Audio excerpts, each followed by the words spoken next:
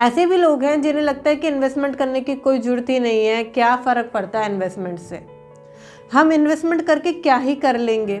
कुछ का तो ऐसा भी माइंडसेट होता है। जब आपके पास एवरेज ज़्यादा से ज़्यादा 10,000 रुपये हो ना, तभी शुरुआत कर दो किसी भी चीज़ में। 10,000 रुपये हो या मिनिमम 5 भी हज़ार रुपये हो ना, तभी से आप शुरुआत करो। लेकिन आज महंगाई 6-7 दर बढ़ रही है, आप जाओगे आपकी जो एफडी है वो 8% की दर से बढ़ रही है कुल, और इतने पास है इन्फ्लेशन के, इतने पास। ऐसी जगह ढूंढिए जहाँ पर कि जो पैसा है आने वाले 20 साल 15 साल बाद बढ़ने वाला है, या वो जगह का रेट इतने टाइम बाद बढ़ने वाला है। अगर आप प्रिपेयर कर रहे हो, अमाउंट अगर डिवाइड कर रहे हो, तो इसको भी सोच समझ के कीजिए, क्योंकि एक एक चूक आपको आज तो लगे कि बहुत बढ़िया है, बट आने वाले टाइम पर वो उतना ही बेकार हो जाए। बहुत सारे लोग पैसा इन्वेस्टमेंट करने से पहले ये सोचते नहीं है, इसलिए वो बर्बाद हो जाते हैं, कर्ज में चले जाते हैं, और उनका मन करता है कि दैट्स केसेस दुनिया ख़त्म हो चुकी है, अब कुछ भी नहीं बचा, क्योंकि वो पीछे के बैकअप तोड़ के चले जाते हैं। स्वागत है आपका एक और शानदार वीडियो के अंदर। आज हम बात करेंगे कि इन्वेस्टमेंट कहाँ करनी चाहिए, कब करनी चाहिए और कितनी उम्र में करनी चाहिए। सबसे पहले हम बात करने वाले हैं कुछ लोग जो इन्वेस्टमेंट के बारे में सोचते ही नहीं हैं। ऐसे भी लोग हैं जिन्हें लगता है कि इन्वेस्टमेंट करने की कोई ज़रूरत ही नहीं है, क्या फ़र्क पड़ता है इन्वेस्टमेंट से, हम इन्वेस्टमेंट करके क्या ही कर लेंगे। कुछ का तो ऐसा भी माइंडसेट होता है। और मिडिल क्लास लोगों का माइंडसेट ये होता है कि मैंने यार एफडी में पैसे डाल रखे हैं, थोड़ा बहुत मेरे घर पे गोल्ड है, थोड़ा सा मेरे पास कैश में पैसा है, इनफ है, और मुझे किसी चीज़ की ज़रूरत नहीं है। अगर आप भी ये सोच रहे हो तो बहुत बड़ी प्रॉब्लम आप फेस करने वाले हो, क्योंकि इन्वेस्टमेंट एक ऐसी चीज़ है जो आपको आने वाले टाइम पर बहुत अच्छा रिटर्न देती है, जिसमें कि आपको एक्टिव इनकम की ज़रूरत नहीं पड़ती है। आई एम श्योर कि आप active income and passive income के बारे में जानते होंगे। एक्टिव इनकम वो होती है जिसे कि आप काम कर करके कमाते हैं, पैसिव इनकम वो होती है जिसके लिए आप थोड़ा काम पहले कर लेते हैं, बट बाद में जब वो पैसा आ रहा होता है आपको उसके लिए काम नहीं करना पड़ता।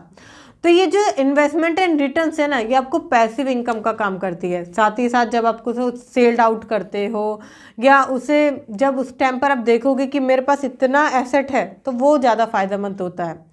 अब जैसे कि अगर मैं बात करूं कब करनी चाहिए, जब आपके पास एवरेज ज़्यादा से ज़्यादा 10,000 रुपये हो ना, तभी शुरुआत कर दो किसी भी चीज़ में। 10,000 रुपये हो या मिनिमम 5 भी हज़ार रुपये हो ना, तभी से आप शुरुआत कर दो। क्योंकि अगर आप लॉन्ग टर्म सोचोगे ना कि मेरे पास लाखों रुपए होंगे जब मैं करूँगा, करोड़ रुपए होंगे जब मैं करूँगा, नहीं, मात्र 100 रुपये से भी इन्वेस्टमेंट शुरू करी जा सकती है। इम्पोर्टेंस डेट कि आप सोच लो कि मुझे 100 रुपये या इन्वेस्टमेंट करनी ही है, क्योंकि अगर आप इन्वेस्टमेंट की ओर नहीं सोचोगे ना कहीं आप पैसे कमा ही नहीं पाओगे, अच्छा रिटर्न बना ही नहीं पाओगे, और पैसिव इनकम भी जनरेट नहीं कर पाओगे। अगर मैं सबसे पहले की बात करूँ तो एक चीज़ आपको माइंड में क्लियर करनी है कि आज आपकी उम्र चाहे 20 साल है, 25 साल है, 30 साल है, या उससे कम भी है अगर, तो आपको इन्वेस्टमेंट अभी से शुरुआत करनी है। आप जिस भी एज एरा में हैं अभी से, क्योंकि आज डिजिटल वर्ल्ड में पैसे कमाने के मल्टीपल सोर्सेज हैं, अनगिनत इतने सोर्सेज हैं कि अगर आप थोड़ा सा सर्च करोगे ना तो आपको बहुत तरीके मिल जाएंगे पैसा कमाने के। बट क्या होता है, हम उस तरीके से सोचते ही नहीं है कि हमें पैसा कमाना चाहिए, इन्वेस्टमेंट करनी चाहिए और आगे बढ़ना चाहिए। ये वीडियो आपका माइंडसेट ओपन कर देगी, यहाँ खोलना बहुत ज़रूरी है। क्योंकि अगर आप ओपन माइंडेड होकर नहीं सोचेंगे, ये नहीं सोचेंगे कि मुझे इन्वेस्टमेंट करनी चाहिए, मुझे पैसा बचाना चाहिए, सेविंग से ऊपर आती है इन्वेस्टमेंट, सेविंग से ऊपर अच्छा रिटर्न देती है इन्वेस्टमेंट। और इतना ही नहीं, आज जितने भी सफल लोग हैं या जितने भी बड़े बड़े लोग हैं, वो सारे इन्वेस्टमेंट करके ही ऊपर जा रहे हैं। आप पीछे हो, आपने छोटा मोटा जो आपको लगता है आपने एफडी करा रखी है, आरडी करा रखी है, थोड़ा लमसम अमाउंट जोड़ रखा है, यही बहुत है।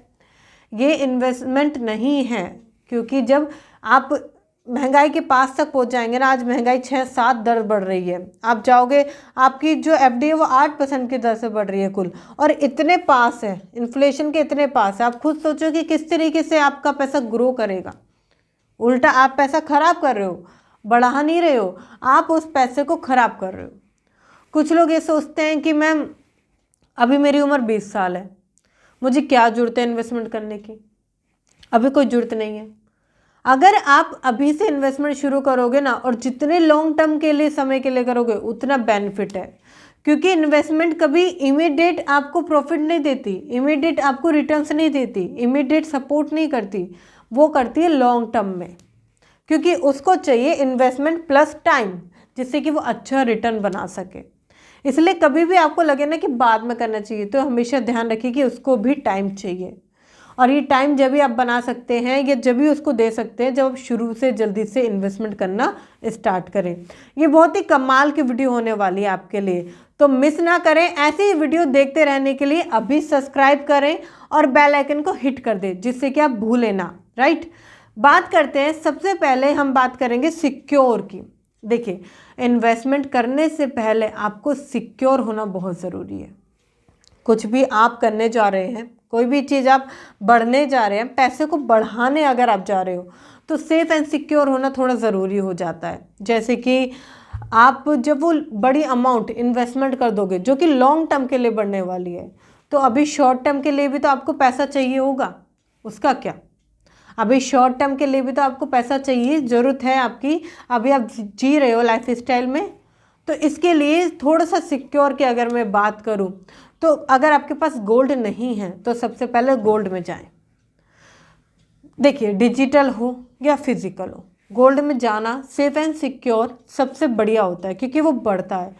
मगर फिजिकल गोल्ड से अच्छा डिजिटल गोल्ड होता है, बिकॉज इसमें आपके मेकिंग चार्जेस नहीं लगते, इसमें आपको इंटरेस्ट मिलता है, ठीक है, और इसमें आपको सेल या इन सब की टैक्स वैक्स से बच जाते हो आप, और इसमें आपको प्योर गोल्ड मिलता है, सबसे अच्छी बात। क्योंकि जो आप जाओगे ना मार्केट में, तो वो आपको बोलेंगे तो ये प्योर गोल्ड है, बट वो उतने कैरेट का नहीं होगा जितने को वो बता रहा है, और उससे ज़्यादा का वो दाम उसमें लगाते हैं। देखिए, बिजनेस है, हम वहाँ कुछ नहीं कह सकते, राइट, बट हम इसको माइंडसेट को बदल के थोड़ा सा आगे की ओर सोच सकते हैं। क्योंकि आज बहुत सारे लोग हैं, आज जितने भी ग्रो कर रहे हैं लोग, या जितने भी सही लोग हैं, बड़े बड़े इन्वेस्टर हैं, वो सही तरीके से पैसों को इन्वेस्ट करते हैं, जिससे कि जब वो निकालें तो कोई पेनल्टी, कोई एक्स्ट्रा चार्ज, इन सब का डायरेक्शन ना लगे। क्योंकि देखिए, अमीर आदमी क्या करता है, वो हर तरफ से अपना पैसा बचाता है, टैक्स में ना जाए, फालतू जगह ना जाए, यहाँ ना जाए, जिससे कि वो उस पैसे को अपने लाइफ स्टाइल में एंजॉय कर सके। मगर आपको पता है गरीब आदमी क्या करता है, मिडिल क्लास क्या करता है, जब वो कमाएगा उस पर भी टैक्स देना पड़ेगा, सेविंग करेगा उस पर भी टैक्स उसको देना पड़ेगा, और वो जो रोज़मर्रा की चीज़ें खरीद रहा है उस पर भी टैक्स उसको देना पड़ेगा। तो ये बहुत दिक्कत की बात हो जाती है, क्योंकि वो कहीं भी चाहे कुछ भी करे उसको टैक्स देना ही पड़ेगा। अब जैसे कि मैं बात कर रही थी डिजिटल गोल्ड की, डिजिटल गोल्ड क्या है, इसमें आपका फ़ायदा ही फ़ायदा है, क्योंकि इसमें कहीं रखने की आपको चिंता नहीं होती कि चोरी हो जाए, ख़राब हो जाए, क्या हो जाए, ये हो जाए, नहीं, आपको कोई चिंता इसमें लेनी ही नहीं पड़ती, ये सेफ़ एंड सिक्योर होता है। इसे आप डीमैट अकाउंट के ज़रिए ले सकते हैं, या आज ऐसे बहुत सारे बैंक भी हैं जो इसे प्रेफर करते हैं, वहाँ जाकर आप ले सकते हैं, वेबसाइट से जाकर चेकआउट कर सकते हैं। मगर हाँ, जिसको भी ले अच्छे से चेक करके ले, सेफ सिक्योर ले, लॉन्ग टर्म के लिए ले। आप उसमें कितना भी डाल सकते हैं, मिनिमम आप 6,000 7,000 या आने जितना भी आपके पास टाइम है या जितना भी आपके पास पैसा है उसके हिसाब से आप इसमें पैसा डाल सकते हो। ये शॉर्ट टर्म के लिए हो जाता है।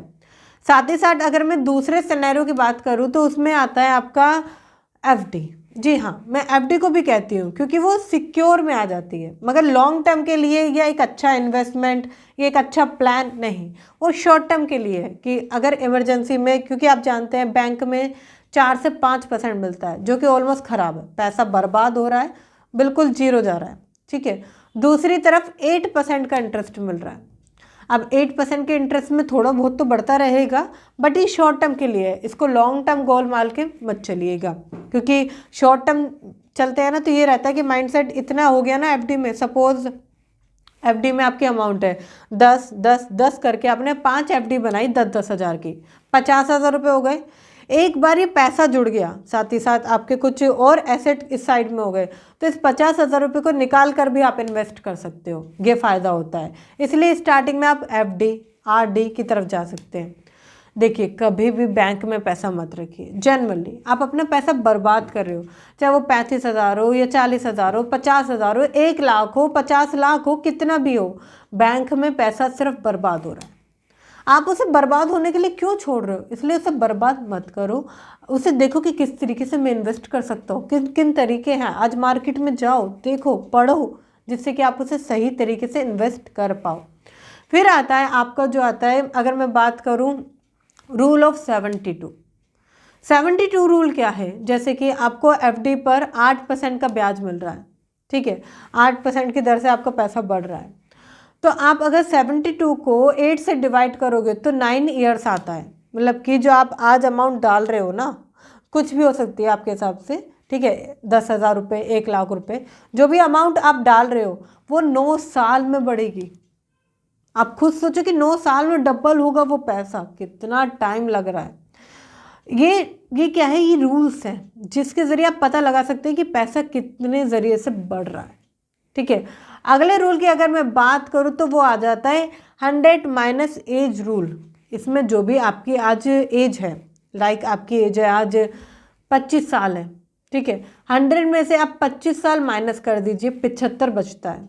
तो ये 25% पैसा जो है ना, इसको सेफ जगह लगाइए, एफडी में, आरडी में, गोल्ड में, कैश में, यहाँ लगाइए। 75% जो पैसा है ना, इसको आप लगाइए थोड़ा सा रिस्क की तरफ, मगर 75 में से आपको थोड़ा पैसा लाइक 25% पैसा बचा लेना है, 50% रिस्क की तरफ लगाना है। ये जो 25% अमाउंट बचा है ना, इसको लगाइए आप अपनी सिक्योरिटी की तरफ। अपनी हेल्थ इंश्योरेंस कराइए, टर्म इंश्योरेंस कराइए, फैमिली को सिक्योर कराइए। ये क्या है, आपको लगता है कि आम बात है, कर लेंगे, इतनी बड़ी बात क्या है, अभी कुछ नहीं होने वाला। आप एक बार थोड़ा सा सोच के देखो कितना ज़रूरी हो सकता है। आपकी फैमिली रोड पर आ सकती है अगर आपके पास टर्म इंश्योरेंस प्लान नहीं है। हेल्थ इंश्योरेंस प्लान नहीं है तो महंगे से महंगा इलाज आप नहीं करा सकते। पता नहीं इस एरा में कौन सी बीमारी आपको आ जाए, कौन सी प्रॉब्लम आपको आ जाए, ये ध्यान रखने वाली बात है। तो यहाँ जब अपना पैसा आप सिक्योर करना चालू कर देते हैं ना, सेव करना चालू कर देते हैं, तो ये पैसा आपका धीरे धीरे बढ़ेगा। बट ये शॉर्ट टर्म के लिए है, क्योंकि सेविंग का मतलब होता है शॉर्ट टर्म के लिए पैसा। फिर आता है आपका, अगर लॉन्ग टर्म में आप जाते हैं तो प्रॉपर्टी में चाहिए। आप ऐसी जगह ढूंढिए जहाँ पर कि जो पैसा है आने वाले 20 साल 15 साल बाद बढ़ने वाला है, या वो जगह का रेट इतने टाइम बाद बढ़ने वाला है। तो ये क्या होगा, इसमें आप पैसा डाल दोगे, ठीक है, 15 साल 20 साल, जब भी वो अच्छा रिटर्न आपको देगी आप उसे सेल कर सकते हो। ये प्रॉपर्टी के अलग अलग फैक्टर होते हैं, उनमें जाके भी उससे अच्छी तरीके से रिटर्न उसमें क्रैप कर सकते हो। ये फ़ायदेमंद होता है। अगर मैं अगले रूल की बात करूँ तो वो आ जाता है आपका 50-30-20। 50-30-20 रूल क्या है, देखिए, जितना भी आपको बड़ा बड़ा एक्सपेंस है, जब हम सैलरी अर्न करते हैं तो मुश्किल हो जाता है पैसा डिवाइड करना। तो जितना भी बड़ा बड़ा आपका एक्सपेंस है उसको 50% में खर्च कीजिए, 30% आप सेविंग्स में डालिए या सेव बॉन्ड में डालिए, ठीक है, 20% पैसे को प्रॉपरली इन्वेस्ट कर दीजिए। देखिए, ये रूल अपने अपने अकॉर्डिंग आप बदल सकते हैं। हो सकता है कि आपको जो रेंट है थोड़ा सा ज़्यादा हो, आप इसको 60-20-20 कर सकते हैं, राइट। और अगर आपको लगता है कि नहीं मैम मैं कम में चला लेता हूँ, तो इसको आप 40-50 इस प्रकार से कर सकते हैं, क्योंकि ये आपको खुद सोचना होगा। मैं क्या है, मैं इस टाइम पे आपको बता रही हूँ कि कौन सा बेस्ट है जो मैंने अपनाया है। तो 50-30-20 बेस्ट होता है अगर आप इस तरीके से पैसे को बांटते हैं। बट हाँ, जब भी आप बड़े अमाउंट को बांट रहे हैं, जो मैंने 50 रखा है, इसको 50 से थोड़ा अगर बढ़ाओगे ना तो बाकी सारी चीज़ें कम हो जाएंगी। तो इसलिए ध्यान दीजिए, रूल अगर आप प्रिपेयर कर रहे हो, अमाउंट अगर डिवाइड कर रहे हो, तो इसको भी सोच समझ के कीजिए, क्योंकि एक एक चूक आपको आज तो लगे कि बहुत बढ़िया है, बट आने वाले टाइम पर वो उतना ही बेकार हो जाएगा। क्योंकि वो आप जितना कम इन्वेस्टमेंट करोगे ना, उतना ही पैसा आपका ख़राब हो रहा है। सोचो, जितना ज़्यादा आप सेविंग में डाल रहे हो। फिर अगर मैं अगले की बात करूं तो आता है कि एटलीस्ट इमरजेंसी का 6 महीने का पैसा आप बचा के रखो। जितना भी आपको लगता है कि आज मेरा जो पैसा है या मेरा जो आज अमाउंट है, घर का खर्चा है, कितनी भी चीज़ें उसमें इंक्लूड होती है, आपका रेंट है, बच्चों की फ़ीस है, घर के और ग्रोसरी के खर्चे और नॉर्मल खर्चे, एटलीस्ट 6 महीने का बैकअप बना के रखिए।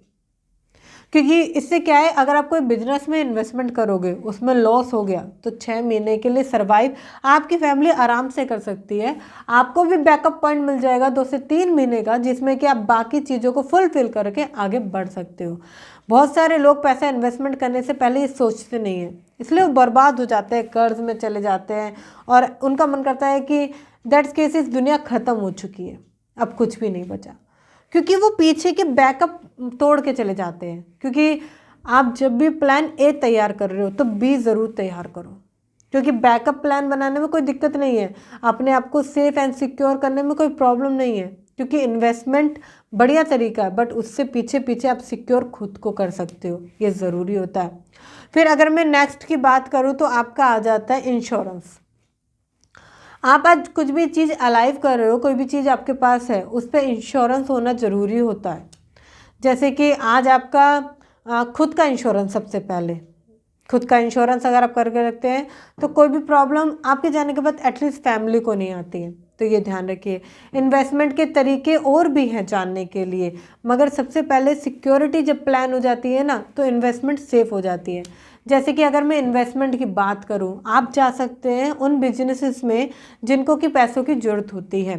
सपोज़ ऐसे बहुत सारे बिजनेसेस हैं जिनके पास एक अच्छा आइडिया है, सब कुछ अच्छा है, वो मेहनत कर सकते हैं, सब कुछ बढ़िया है, बट उनके पास पैसा नहीं है। अगर आप उन पे ट्रस्ट करते हैं, आप उन्हें देखते हैं, सारे बिजनेस मॉडल को पहले अच्छे से एनालाइज कीजिए, देखिए दम है या नहीं है, चलेगा नहीं चलेगा, और अगर आपको लगता है कि वो चलेगा तो आप उसमें इन्वेस्टमेंट के तौर पर अपना पैसा लगा सकते हो, क्योंकि ये वो वाला पैसा लगाइएगा जिसके लॉस होने पर भी आपको दर्द ना हो, क्योंकि बिजनेस इसी तरीके से खेलता है। अगर वो अच्छा जाएगा तो उससे भी 2 गुना 3 गुना आपको रिटर्न दे कर जाएगा, बट वो लॉस में गया तो वो जो पैसा आपका पूरी तरीके से ख़त्म हो जाएगा। बिजनेस करने से कभी डरिए मत, क्योंकि जहाँ रिस्क है वहीं अच्छा रिटर्न है। आपको देखने की ज़रूरत है, बस देखने की ज़रूरत है कि कौन सा बढ़िया तरीका है, कहाँ बढ़िया तरीके से पैसा बढ़ रहा है, किस तरीके से मैं आगे बढ़ पा रहा हूँ, ये सारी चीज़ें।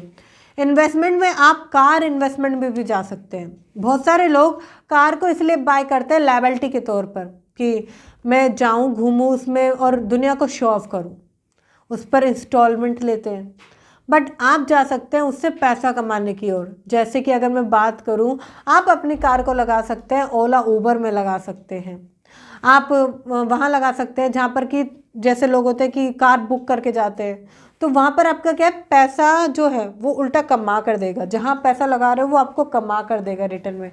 ऐसी बहुत सारे जगह हैं जहाँ पर कि कार की बहुत अच्छी यूज़ हो रही है और लोग लगा भी रहे हैं। और भी वेबसाइट है, मैं आपको सिर्फ रैंडम नाम दिए मैंने, और भी वेबसाइट है जिनका आप यूज़ कर सकते हो जहाँ पर कि आपको फ़ायदा होगा। इतना ही नहीं, जैसे कि मैं प्रॉपर्टी की बात कर रही थी, प्रॉपर्टी को आप रेंटेड करके भी तुरंत इनकम अर्न कर सकते हो, और इन फ्यूचर जब आप उसे सेल करोगे तो वहाँ से भी आपको अच्छा रिटर्न आएगा। और एक बिजनेस आइडिया और मैं आपको लास्ट में देना चाहूँगी। सबसे अच्छा जो बिजनेस आइडिया होता है वो होता है कि आप जल्दी से जल्दी इम्प्लीमेंट कितना करते हैं चीज़ों को। कोई भी आइडिया आपके पास आ रहा है, आप उसे जल्दी से जल्दी एग्जीक्यूशंस कर दीजिए, मतलब कि इम्प्लीमेंट कर दीजिए 15 मिनट के अंदर, मात्र 15 मिनट के अंदर। पेपर प्लान सब कुछ, एनीथिंग, पैसा कितना चाहिए, कितना आना है, कितना लगेगा, कहाँ का लगेगा, क्या क्या चीज़ लानी है, सब कुछ डेवलप करके उसे तैयार करके पूरी तरीके से 15 मिनट के अंदर उसे स्टार्ट कर दीजिए।